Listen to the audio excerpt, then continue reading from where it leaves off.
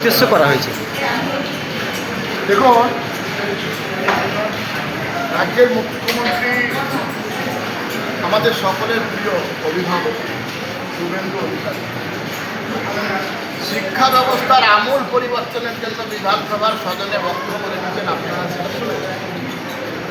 স্কুলমুখী করতে হবে, ছাত্রছাত্রীদেরকে স্কুলে আনতেই হবে এবং সাথে সাথে যেভাবে আমরা চাইছি যে সরকারি স্কুলে, সরকারি হসপিটালে মানুষ সরকারি সুযোগ নেই, রাইট টু এডুকেশন, শিক্ষার অধিকার, সেই অধিকার সকলের অধিকার, সেই অধিকারে সকলেই সম্পূর্ণ হোক এবং শিক্ষাক্ষেত্রে সব ছাত্রছাত্রী যাক, এই প্ল্যানিং, এই পরিকল্পনা আমাদের মহকুমা শাসক উদ্যোগ নিয়েছে।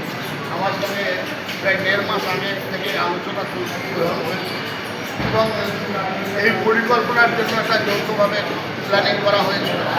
আমি বলেছিলাম একটা ডেট করুন, উনিও আমাকে ডেট দিয়েছিলেন। আমার ডেটেই আজকে এই কর্মসূচি করেছে। আপনার থেকে আমার যেটা বলার আপনারা বলেছি, সেই জন্য সেই পরিকল্পনাকে বাস্তবায়িত আমরা করব। এটা কি আগামী দিনে গোটা জেলাতে ছড়িয়ে পড়ছে? একদম। আচ্ছা, রাজ্য জুড়ে হবে। একটা প্রশ্ন, সেটা হচ্ছে যে গ্রামের স্কুলগুলোতে যে রেশিও স্টুডেন্ট এবং শিক্ষকদের, সেখানে শহরে দেখা যাচ্ছে যে স্টুডেন্ট সংখ্যা কম স্কুলগুলিতে, শিক্ষক শিক্ষিকার সেটাও সংখ্যা বেশি। আমাদের এআই সাহেব বলেছে। আমরা সেগুলো পোর্টালে সব নাম নথিভুক্ত হচ্ছে।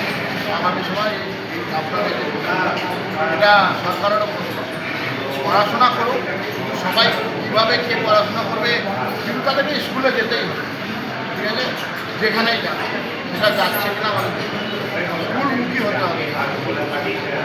আজকে শালবাজার এলাকা, যেটা আপনার বিধানসভা এলাকা, সেখানে টুলু মণ্ডলের অবৈধ